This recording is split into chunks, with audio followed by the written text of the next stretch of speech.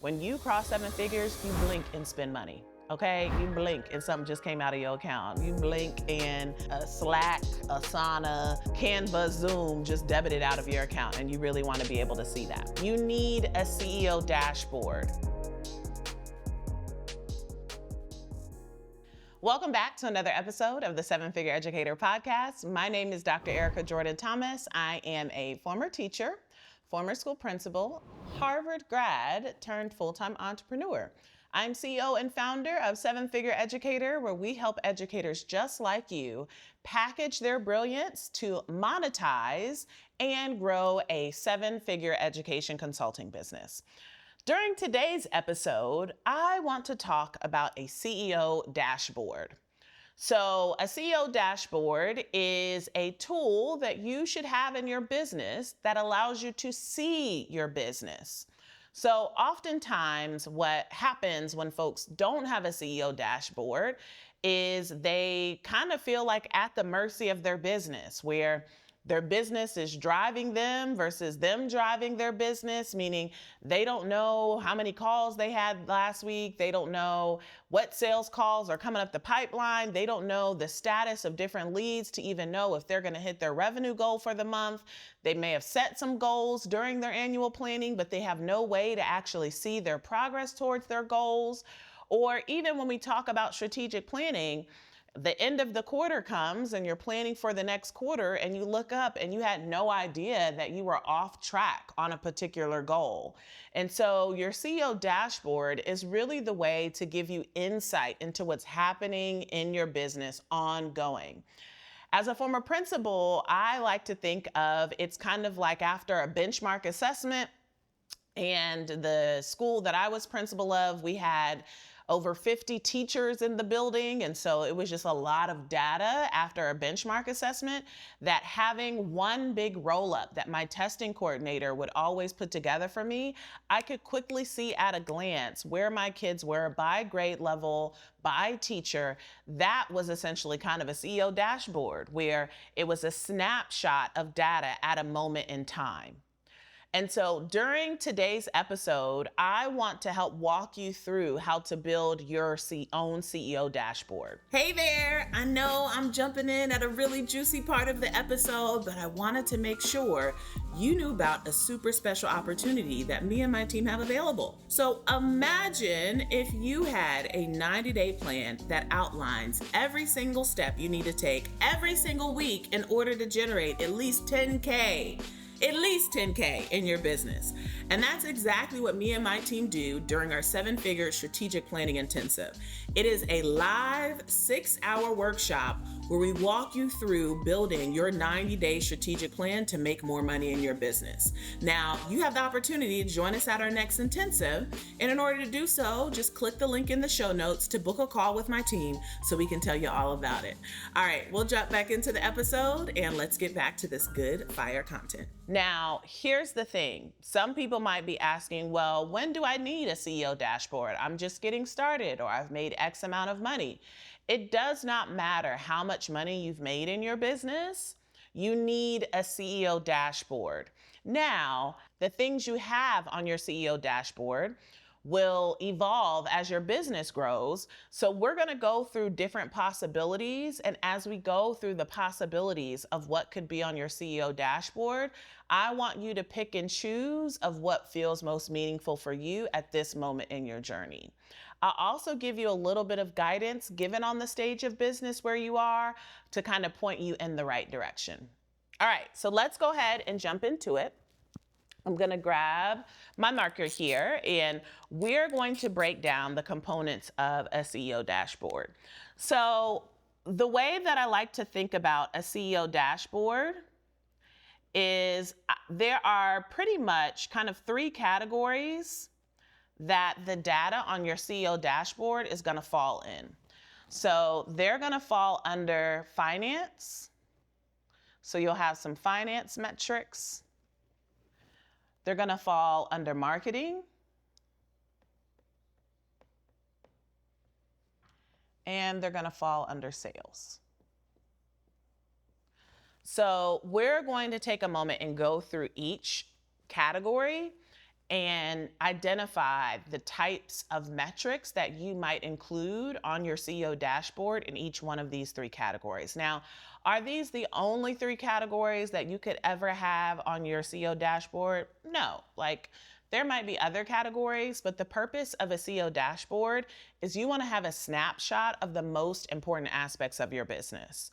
So if it's not something that week to week you would be using to make decisions, then the CEO dashboard may not be the best place for it. Now, you might track it in other ways, or maybe you track it monthly, but we really want to be thinking about what are the things that I want to be looking at every single week to inform my decision making in the business.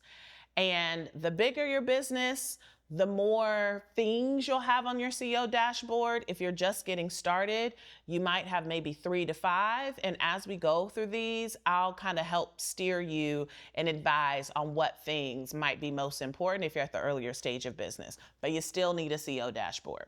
Okay, so let's talk about finance. So under the finance category, some things that you would want to include on your CEO dashboard is absolutely you would want to include your weekly revenue. How much money did you make the last week? Regardless of the size of business, you are going to want to know your revenue.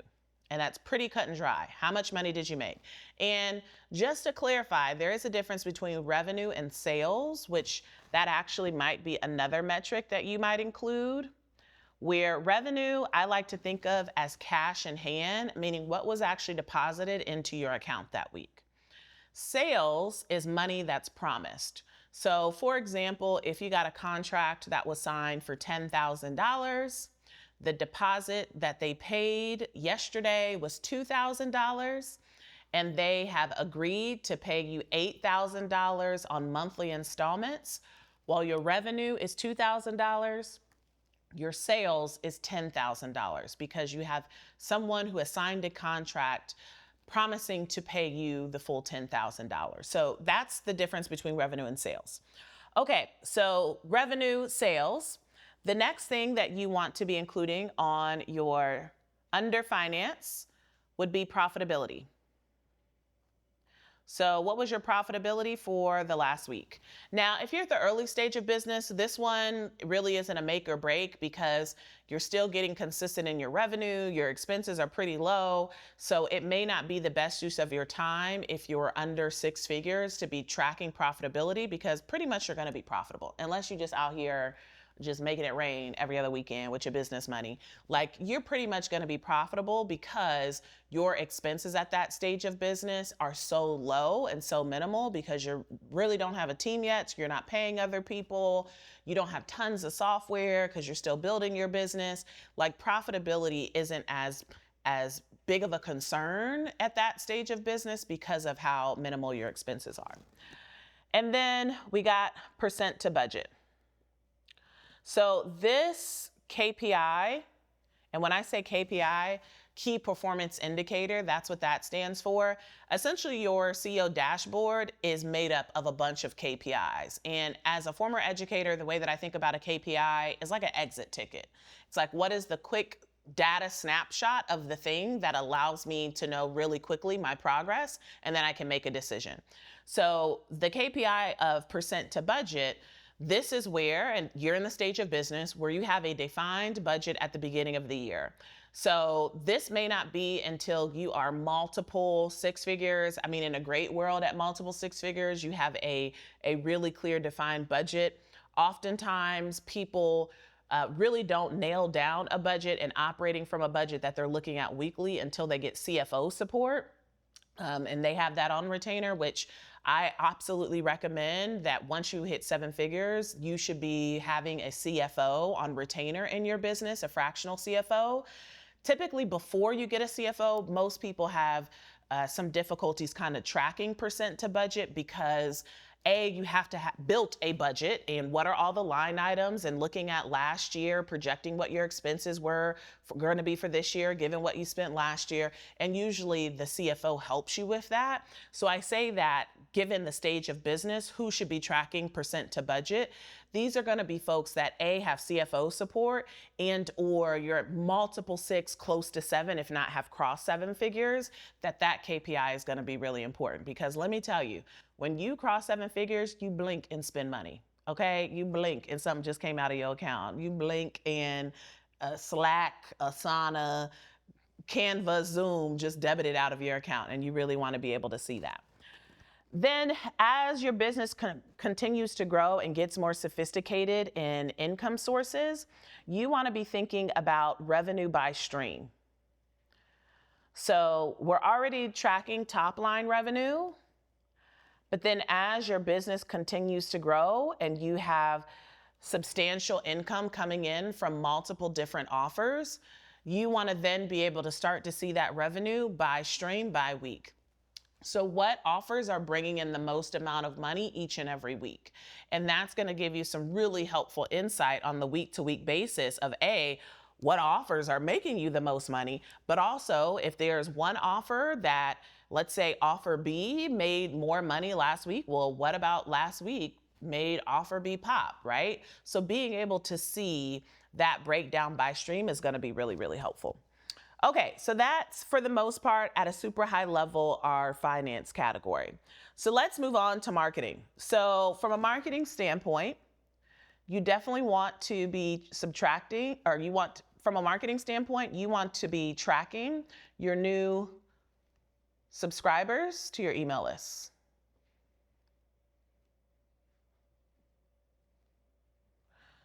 This is going to give you insight into how your email list is growing. Regardless of the stage of business, you should have an email list and you should be knowing the growth of that email list and tracking the growth of that email list. Associated with email, open rates.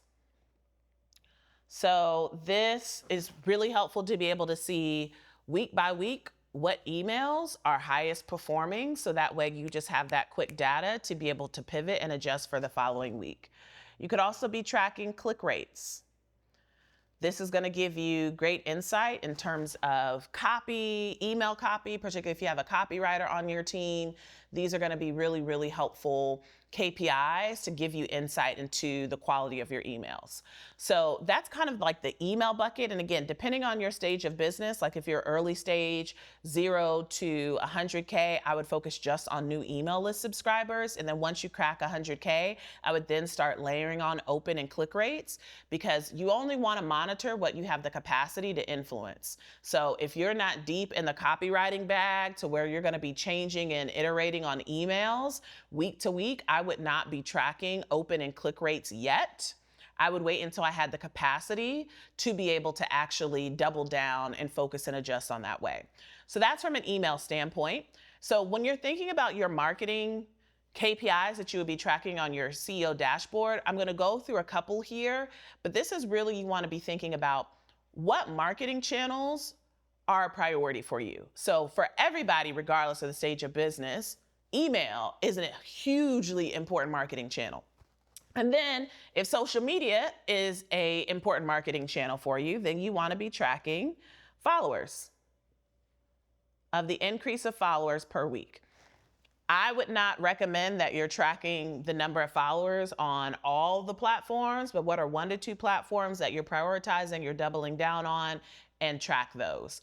You could also be tracking engagement on that platform, so that way you have insight into the effectiveness of your social media content. Hey y'all, I want to take a quick moment to pop in. I know the episode's getting really, really juicy, but I could not miss the opportunity to make sure that you know that we are headed to Atlanta October 3rd through 5th for Seven Figure Educator Live. This is my 3-day live event. It is the only 3-day live event for education consultants who are out here making a big impact and getting a big bank. And even if you feel like your bank ain't that big yet, I want you in the room, because that's how your bank gets bigger, okay? I have curated a very special 3-day agenda that includes powerhouse speakers, 7, 8, 9-figure speakers, intentional networking to find your people, to find your next opportunity. Y'all, we're getting ready to take the city over, and we're taking it over at a 5-star property, okay? Meet me in Atlanta, October 3rd through 5th. Grab your ticket by heading to sevenfigureeducator.com. I'll link it in the show notes, and I'll see you there. The other piece to be thinking about here, if you have a marketing channel of podcast, you might be tracking your podcast subscribers or podcast downloads. You might also, if you are doubling down on YouTube, then you might track your YouTube subscribers. You might track watch time. You might track views, right? So this is a pretty significant list of marketing, but again, I go back to what are the channels that you're prioritizing and double down on those channels. So I would not expect to see all of these in someone's CEO dashboard, but if you're prioritizing your email list, IG, and YouTube, then those would be the ones that you would want to focus on. This is just more of a generative list. All right, let's move on to sales. So when we're thinking about sales, regardless of the stage of business, you want to be tracking the number of sales calls. So how many sales calls are you having per week? Because if you ain't having no sales calls, that's probably going to be influencing your revenue, right? So what are the steps, the sales actions that influence your revenue? You want to be able to take a step back and add those on your CEO dashboard. Whatever is the first or the step that happens before someone becomes a client, that needs to be on your CEO dashboard. The reason why this is so important, there's the difference between lagging indicators and leading indicators. So revenue is a lagging indicator, meaning you don't know that you've had success until after the fact because now you've made money, right? So it's either it did work or it didn't work, and when revenue hits, like it's great, but it's really hard for you to tell and say, okay, but what did we do? What could we do differently by the time revenue comes, because so many other steps actually happened. Versus sales calls is a leading indicator. Well, if we can't make money unless we have a sales call, we need to be tracking the leading indicators that are going to lead us to revenue. So we got number of sales calls here. If as you continue to grow in your business, you might actually break this down to where you have numbers of calls booked versus number of calls completed. So you can start to see show up rate. I would not track this if you are just getting started early in business. Just start with number of sales calls. But as you grow business, once you cross 7 figures, you have a sales team and you have multiple people selling, it's really helpful to now take this one level down to see number of calls booked versus number of calls completed, because now that's giving you feedback on, do we need to tweak a nurture sequence? What are we doing to actually nurture to ensure people actually get to the call? Because if you have 1 to 2 calls a week, number of calls booked versus number of calls completed, like that really isn't informing anything. But if you have 50 calls a week, well, we actually need to know that data, because the difference between 5 to 10 calls could actually be a difference between tens of thousands of dollars of revenue. All right, so that's the number of calls. From a sales standpoint, if you are established in business, you could also be tracking number of renewal calls. So these are calls with current clients around actually renewals. And so if you have volume when it comes to your number of clients, this is absolutely something you want to be tracking when it comes to renewing clients, upselling clients, because now that's a whole nother revenue stream where beyond just the front end, getting someone to be a client, we now want to start tracking the number of renewal calls to make sure that we're keeping clients. Once your business approaches multiple 6 figures, crossing into 7 figures, we're now going to have to start tracking late payments or failed payments, depending on if your business is business to business or business to client, which the acronyms for those are B2B versus B2C. So late versus failed payments. Because now if you have a customer base of 200, if 10% of those clients are late, we're talking 20 clients are late.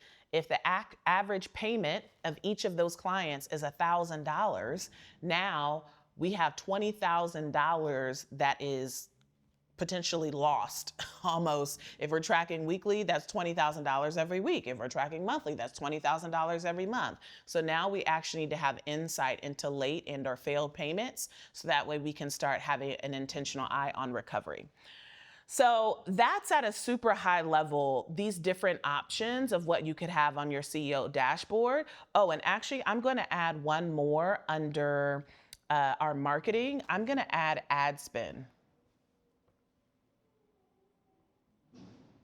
So if you're running any type of Facebook ads, YouTube ads, Google ads, we absolutely want to be tracking ad spend of how much money is actually going into ads. We should be able to map back to number of sales calls and or revenue or sales to be able to see those 3 KPIs improving as we're increasing on the ad spend. So you might be thinking like, oh my goodness, this is so helpful. Like, I want to, take another listen at this and be able to identify the KPIs that make the most sense for my CEO dashboard, which is like music to my ears. I want to remind you, if you are pre-revenue to 100K, you should have no more than 5. So pick no more than 5 from this list. And for real, start with 3. Like revenue, number of sales calls, and email list. That's where I want you to start if you are 0 to 100K. And if you are multiple 6 figures, you're moving into 7 figures. If you've crossed 7 figures, this is where you can start to add on these other KPIs. On my CEO dashboard, I have about 10 to 15 that I'm tracking every single week. And so that gives you a little bit of insight in terms of the growth of a CEO dashboard. And if you're like, well, where do I track it? Like what platform? Baby, Google spreadsheets. Like that's all you need is a Google spreadsheet, make some columns and some rows, put this in, and every single week it should be updated. If you have a team, a part of growing and evolving in your business is assigning KPIs to those team members that align to their roles and giving them the responsibility for actually updating the CEO dashboard weekly. So that's a part of the growth of business. When you've crossed multiple 7 figures, or when you've crossed the 7-figure mark and you now have team, you are not the one that's actually completing the CEO dashboard every week. Your team is. Whatever the assigned KPIs that they have, they should be updating that in the dashboard. So hopefully this is helpful and you got a few things to be able to add to your toolkit and make that CEO dashboard within the next 2 business days. Yes, I'm giving you homework. Go ahead and complete your CEO dashboard. I want you to head to the comments and let me know what are the 2 to 3 KPIs that you're going to put on your CEO dashboard. Or if you already have a CEO dashboard and this was kind of a good refresher for you, let me know in the comments what KPI might have been new for you that you want to add to your dashboard.